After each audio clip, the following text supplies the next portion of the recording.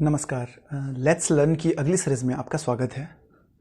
इसका पहला introduction video मैंने पहले अपलोड किया था और ये दूसरा वीडियो उसका है, और जो कि आज हम स्टार्ट करेंगे फिजिक्स का पहला चैप्टर मोशन, जो कि सीबीएसई बोर्ड से। तो मोशन बात करने से पहले हम मोशन से रिलेटेड कुछ चीज़ें जो कि उसके साथ जुड़ी हुई होती हैं समझेंगे। वो चीज़ें हैं जैसे displacement, acceleration, distance and all things, जो भी रिलेटेड हैं, जो भी फैक्टर हैं, वो सारा कुछ डिटेल करेंगे। ये पीछे आप ब्लैक बोर्ड दिख रहे हैं, इस पे ज़रूरत पड़ने पे हम काम भी करेंगे। जो कुछ भी अगर बीच में ऐसे नहीं समझ में आया तो हम उसका सहारा लेंगे ज़रूर। तो मोशन स्टार्ट करने से पहले मैं बता दूं कि हम बात करने जा रहे हैं रेस्ट पे। बहुत नॉर्मल सी चीज़ है सुनने में, लेकिन रेस्ट के बहुत सारे डेफिनेशन हैं और ये बदल जाते हैं अगर हम पर्सन टू पर्सन बात करें। ये रेस्ट भी बदलता है, सिर्फ मोशन ही चेंज नहीं होता बल्कि रेस्ट भी बदलता है। और रेस्ट डिपेंड करता है कि कौन ऑब्जर्व कर रहा है, कि कौन रेस्ट में है। ये मैं क्या बोल रहा हूँ मैं बताता हूँ आपसे। 3 ऑब्जेक्ट है, मान लीजिए ए बी सी। एक लड़का जो कि ट्रेन से आ रहा है, बी जो है वो रेलवे स्टेशन पे खड़ा है, सी है जो है वो इन दोनों को बी के फ्रेम से, फ्रेम मतलब होता है कि एक रेस्ट फ्रेम हम मान लेते हैं। एक फ्रेम मतलब वो चीज़ जिसकी सारी घटनाएं, उस पे रहने वाले सारे लोग एक जैसा ऑब्जर्व करें। फ्रेम वही होता है। एक फ्रेम कहने का मतलब, जो अगर 4 लोग इस पे हैं तो जो एक घटना, जो इंसिडेंट एक के साथ हो, वो उन चारों के साथ सेम वैल्यू और सेम थिंग के साथ हो, मतलब उसमें कोई भी चेंजेस ना हो। नो एक्स्ट्रा फोर्स वर्क उस पर करे, कोई एक्स्ट्रा फोर्स वर्क ना करे। तो हम उसको कहते हैं एक फ्रेम, अलग, सेपरेट। एंड ये फ्रेम होता है। तो इस सिनेरियो कह सकते हैं, सिनेरियो जो हम यहाँ पे बना रहे हैं। तो रेस्ट को समझने से पहले हमने ऐसा माना कि एक जो ए है वो एक ट्रेन से आ रहा है और बी उसको देख रहा है प्लेटफॉर्म से खड़ा होके, और सी इन दोनों को देख रहा है। लेकिन सी का ये भी जानना जरूरी है कि वो किस फ्रेम में है। तो वो है बी के फ्रेम में, उसी प्लेटफॉर्म पे इन दोनों को ऑब्जर्व कर रहा है। तो आपको देख के लगता है, ऐसा पता ही आपको कि बी जो ऑब्जर्व करेगा कि ए मूव कर रहा है, लेकिन ए भी ऑब्जर्व करेगा कि बी भी मूव कर रहा है। बी अपने लिए रेस्ट में है और वो सी के लिए, जो उसी के फ्रेम में है, उसके लिए रेस्ट में है। अब हम कैसे मान लें कि कौन रेस्ट में, कौन सही बोल रहा है? इसकी अगर एक्सपेरिमेंटल बात करें तो अब नहीं कह सकते कि कौन सी चीज़ मूव कर रही है और कौन सी चीज़ रेस्ट में है। इसको समझने के लिए हमें कोई ना कोई पॉइंट कंसिडर करना पड़ेगा, and that point is called reference point. And आप उसे अलग नाम से भी जानते हैं, जिसका नाम ओरिजिन है। तो एक पॉइंट का होना बड़ा ज़रूरी है किसी भी चीज़ को कैलकुलेशन के लिए लेने के लिए। एक पॉइंट का होना जहाँ से हम एक फिक्स पॉइंट से ऑब्जर्व करें हर एक घटना को, वो होना ज़रूरी है। इसलिए मैंने ये रेफरेंस पॉइंट का डेफिनेशन दिया। उसके बाद आता है आपका बस, और बाकी सिंपल किताबों में डेफिनेशन जो है वो यूज इसका ये है कि the object that is stationary that do not change their position with respect to time is called rest. And the motion का जो डेफिनेशन दिया हुआ है वो ये है कि the object that is not stationary and that changes the position with respect to time is called motion. So ये डेफिनेशन है उसका, और अब मैंने आपको समझाया रेस्ट क्या है और कैसे मोशन है, ये डिफाइन कैसे होता है, उसके लिए ऑब्जेक्ट कहाँ पे है ये डिपेंड करता है। सो अब हम बात करेंगे जो और भी चीज़ें फैक्टर हैं उन सब चीज़ों पे, जैसे डिस्टेंस, डिस्प्लेसमेंट, एक्सेलरेशन। तो let's have a look on this black board. हम इस पे बात करेंगे, उस पर ज़्यादा अच्छे से समझ में आएगी। ठीक है। डिस्टेंस, सबसे पहले डिस्टेंस समझते हैं। डिस्टेंस क्या है? डिस्टेंस के लिए हम एग्जांपल लेते हैं। मान लीजिए एक पॉइंट ए है, वो गया बी, सी और ये डी, और फिर ए। एक ऑब्जेक्ट है जो ए से बी पे जाता है, बी से सी, से सी पे और डी, सी से डी पे, और ये यहाँ से दूरी 2, ये 3 किलोमीटर, ये 4 किलोमीटर, ये 5 किलोमीटर। तो डिस्टेंस हमें ये बताता है कि वो अभी फाइनल इनिशियल पोजीशन से कितनी दूरी पर है। इनिशियल पोजीशन से, डायरेक्शन से कोई मतलब नहीं है, उसका डिस्टेंस बस मतलब होना चाहिए।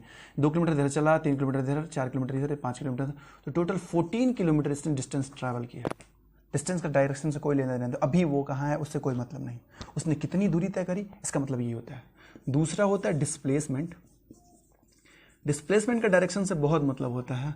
अगर मान लीजिए ए से बी से गया, बी पे सी से गया, सी से डी पे गया और डी से ए पे, 2, 3, 4, 5 किलोमीटर ये मान लीजिए हो गया, तो इसका डेफिनेशन ये है कि वो देखता है कि वो अभी इनिशियल पोजीशन से कितनी दूरी पर और किधर है। तो अगर आप अच्छे से देख रहे हैं तो आपको पता होगा कि ये जहाँ से चला था वो वहीं पे आ गया है। इसका मतलब इसका नेट डिस्प्लेसमेंट जो है वो 0 के बराबर है। ये है डिस्प्लेसमेंट और ये है डिस्टेंस। दूसरा speed and velocity. Speed and velocity, ये दोनों अलग अलग चीज़ें होती हैं। जैसे डिस्टेंस और डिस्प्लेसमेंट था, वैसे ही स्पीड एंड वेलोसिटी।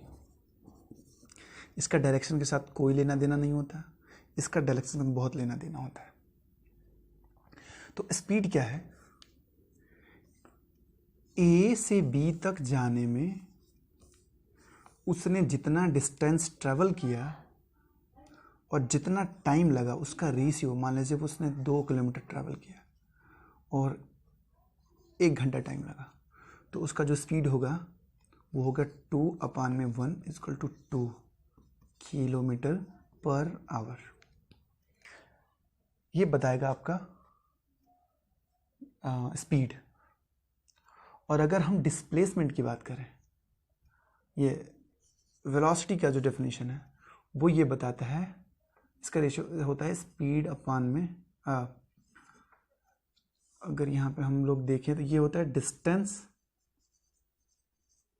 अपान में टाइम। और अगर वेलोसिटी की बात करते हैं तो वेलोसिटी हो जाता है डिस्प्लेसमेंट अपान में टाइम। अगर ए से बी कोई चीज जाती है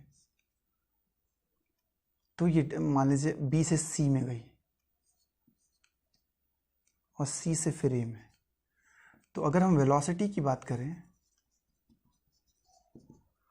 तो ये होगा डिस्प्लेसमेंट। डिस्प्लेसमेंट कितना हुआ देखिए, जहाँ से चला वहीं से वापस आ गया, यानी डिस्प्लेसमेंट 0 और टाइम लगा आपका मान लीजिए 2 घंटे, तो ये 0 आएगा वेलोसिटी।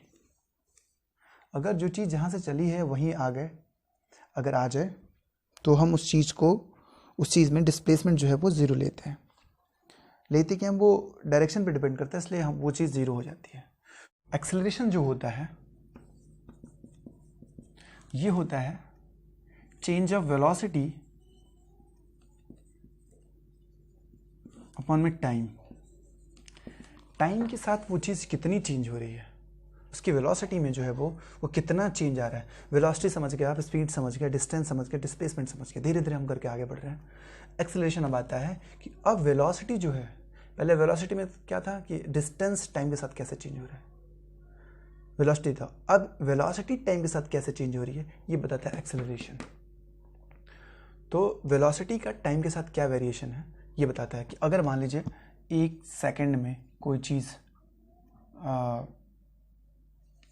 2 किलोमीटर पर आवर की स्पीड से चली, अगले 1 सेकंड में ये 4 किलोमीटर पर आवर हो गई, तो ये देख रहे हैं आप टाइम के साथ जो है वो टाइम अगले 2 सेकंड में, तो टाइम के साथ यहाँ पे जो वेलोसिटी है वो चेंज हो रही है। This is called acceleration. Acceleration negative भी हो सकता है, पॉजिटिव हो सकता है, क्योंकि यहाँ पे टर्म जो है वो वेलोसिटी है और मैंने बताया था कि वेलोसिटी रिलेटेड है डिस्प्लेसमेंट से, और डिस्प्लेसमेंट जो कि डायरेक्शन पे डिपेंड करता है, वो आगे भी जा सकता है, वो पीछे भी जा सकता है। तो इस पर डायरेक्शन का लेना देना, इसलिए एक्सेलरेशन 0 भी हो सकता है, एक्सेलरेशन घट भी सकती है, वेलोसिटी घट भी सकती है, तो नेगेटिव भी हो सकता है और पॉजिटिव भी हो सकता है। ठीक, ये था आपका एक्सेलरेशन। अच्छा, और जो 2-3 डेफिनेशन है जो कि यूनिफॉर्म वेलोसिटी और यूनिफॉर्म एक्सेलरेशन। यूनिफॉर्म का क्या मतलब है? यूनिफॉर्म का मतलब होता है कि अगर ए से बी तक जाने में ये डिस्टेंस और बी से सी, ये दोनों डिस्टेंस सेम है, ये 1 किलोमीटर है, ये 1 किलोमीटर है। अगर ए से बी तक जाने में कोई मोटर व्हीकल जो है वो एक मिनट का टाइम ले रहा है, तो अगले 1 मिनट में ही वो 1 किलोमीटर और ट्रेवल कर जाए, मतलब वो जितना टाइम रहे, 1 मिनट में अगर 1 किलोमीटर जाता है तो हमेशा वो 1 मिनट में 1 किलोमीटर ही जाए। This is called uniform velocity. Uniform velocity, this is called uniform velocity.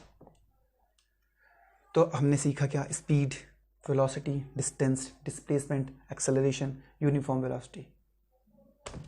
So ये है आपका डेफिनेशन, बड़ा मस्त है। एक बार कॉन्सेप्ट क्लियर हो जाए फिर आगे हम धीरे धीरे करके बढ़ेंगे। तो ये था पूरा बेसिक्स का लेक्चर जो कि मैंने आपको बताया। जो भी डाउट हो आपका वो आप हमसे डिस्कस कर सकते हैं।